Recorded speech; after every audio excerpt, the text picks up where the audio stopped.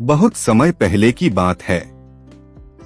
एक छोटे से गांव में एक कुशल मूर्तिकार रहता था। उसकी बनाई हुई मूर्तियां इतनी सुंदर होती थीं कि देखने वाले दंग रह जाते थे। लोग दूर दूर से उसकी बनाई मूर्तियां खरीदने आते थे, जिससे उसे अच्छी आमदनी हो जाती थी। एक दिन गांव के राजा ने उस मूर्तिकार को बुलवाया और उसे अपने महल के मंदिर के लिए एक विशेष मूर्ति बनाने का आदेश दिया।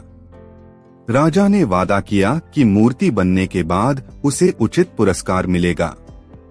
मूर्तिकार खुशी खुशी काम में जुट गया और कई दिनों की मेहनत के बाद उसने एक अद्भुत मूर्ति तैयार की।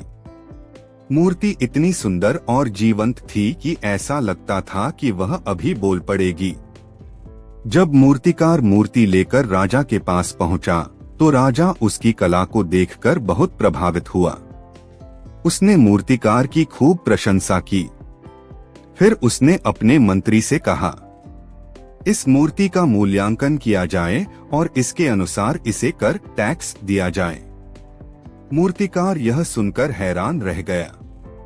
उसने राजा से कहा, महाराज, यह मूर्ति तो मैंने आपके मंदिर के लिए बनाई है, फिर इस पर कर क्यों लगाया जा रहा है? राजा ने उत्तर दिया, यह हमारा नियम है कि हर वस्तु पर कर लगाया जाएगा, चाहे वह कितनी भी मूल्यवान क्यों न हो। मूर्तिकार को यह बात अनुचित लगी, लेकिन वह चुप रह गया। उसने सोचा कि राजा के सामने बहस करना उचित नहीं होगा। तब मूर्तिकार ने एक तरकीब सोची।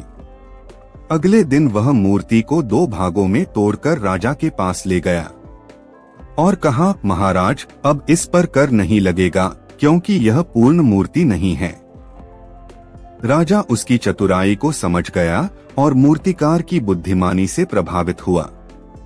उसने मूर्तिकार से माफी मांगी और भविष्य में इस तरह के अनुचित करों को हटाने का वादा किया।